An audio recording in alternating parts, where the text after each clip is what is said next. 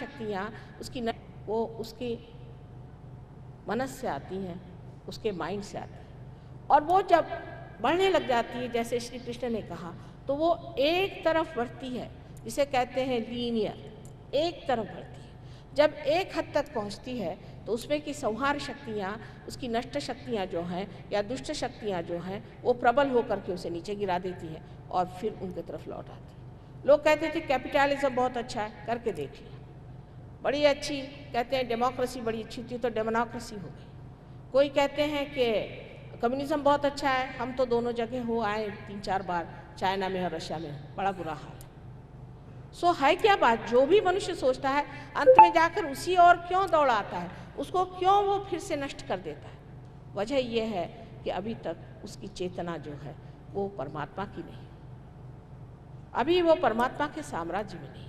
अपनी तरफ से कोशिश करता है, जब वो अपनी तरफ से कोशिश करता है तो ऐसी जगह जाके पहुंच जाता है, वहाँ से उसको मुड़ना ही पड़ता है, फिर वही चीज़ जो है दुष्ट प्रवृत्ति बन करके उसे सताती है। इसके लिए आवश्यक है, अत्यंत आवश्यक है कि हम लोग इस चीज़ को समझें कि जो भी चीज़ आज तक हमने जानी है, ये सब परमात्मा की कृपा से। उन्होंने हमें ये चीज़ जानने की शक्ति दी कि आज ऐसा समय आ गया है जहाँ सारे संसार का परिवर्तन करने का है। उसके लिए साइंस से पाई हुई चीज़ें, भक्ति से पाई हुई चीज़ें, और जो कुछ भी संत साधुओं ने लिख दिया है, जो भी कुछ बड़े बड़े अवतारों ने संसार में कार्य कर दिया है, सबका उपयोग परिवर्तन के लिए होना चाहिए, ऊर्ध्व गति के लिए होना चाहिए। अधोगति इसलिए हो गई है क्योंकि हमने ऊर्ध्व गति की तरफ नज़र नहीं रखी कि एक दिन हमको ऊर्ध्व गति प्राप्त हो।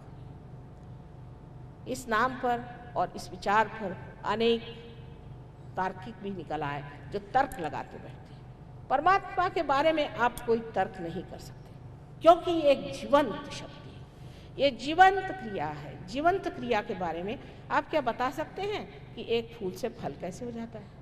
क्या आप बता सकते हैं कि एक साधारण बीज अगर आप ज़मीन में बो दीजिए तो उससे इतना बड़ा वृक्ष कैसे तैयार होता है? ये जीवंत शक्तियाँ हैं, आप मरी हुई शक्ति से कार्य कर सकते हैं। जैसे एक पेड़ मर गया तो उससे आपने एक टेबल बना दिया, स्टेज बना दिया, पत्थर ले आए मरे हुए, उनको लगा दिया, और आप सोचते हैं हाँ हाँ हमने कितना बड़ा काम कर दिया।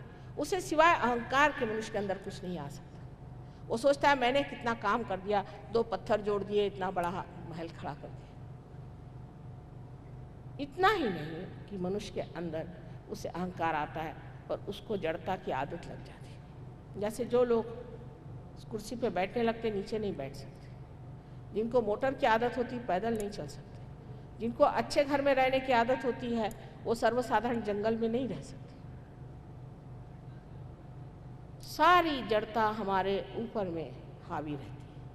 इस जड़ता को हटाना इतना मुश्किल नहीं है, पर जड़ता है जिसे हम अहंकार कहते हैं, और जो हमारे कुसंस्कारों से जुड़ी हुई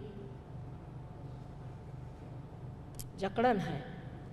जैसे कि बहुत सी बातें इतनी गलत हम लोगों को बताई गई हैं कि उसको हमने मान लिया। एक उदाहरण के तौर पे बात बता, हमारे एक बड़े भारी सहयोगी थे, उनका नाम था अग्निहोत्री राजवाड़े। उनके यहाँ बड़े भारी अग्निहोत्र होते थे, लेकिन बाद में वो सहयोगी हो गए। एक दिन हमारे पास आया और हमें कहने लगे कि माँ हमें प्रोस्टेट ग्लैंड की बड़ी तकलीफ़ है। हमने कहा हो ही नहीं सकता, आपको प्रोस्टेट ग्लैंड की तकलीफ़ क्यों हो गई? क्योंकि आप तो इतने बड़े गणेश भक्त हैं और श्री गणेश ही उसको देखते हैं प्रोस्टेट ग्लैंड को, तो आपको प्रोस्टेट ग्लैंड की कैसी तकलीफ़ हो सकती? कहने नहीं माँ, डॉक्टर कहते हैं कि ऑपरेशन ज़रूरी है, बहुत सीरियस मामला। मैंने कहा हो नहीं सकता।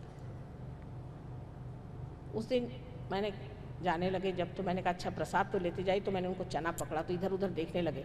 मैंने कहा बात क्या? कहला संकष्टी है, आज मेरा उपवास है। मैंने कहा अच्छा बैठ जाइए आप। अब समझ गए प्रोस्टेट ग्लैंड क्यों खराब हो। आपका संकष्टी का उपवास है ना? संकष्टी क्यों किस दिन मनाई जाती है? कहले जिस दिन श्री गणेश का जन्म हुआ। अगर आपके घर में लड़का पैदा होगा तो क्या आप उपवास करेंगे, सूतक करेंगे?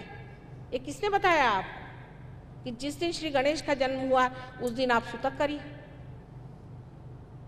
कहले हाँ ये बात तो है। मैंने कहा अभी चना खाइए आप। चना खाया, आप विश्वास नहीं करेंगे, लेकिन वो जब वापस गए तो उनका प्रोस्टेट ठीक है। अब ये देवी देवताएं हमारे चक्रों पे बैठे हुए हैं सूक्ष्म में, ये सूक्ष्म का ज्ञान है।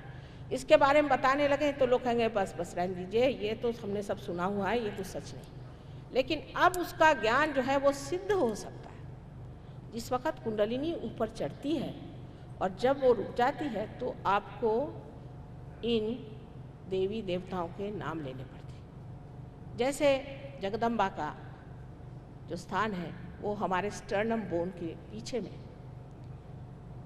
जिसे हम हृदय चक्र कहते हैं,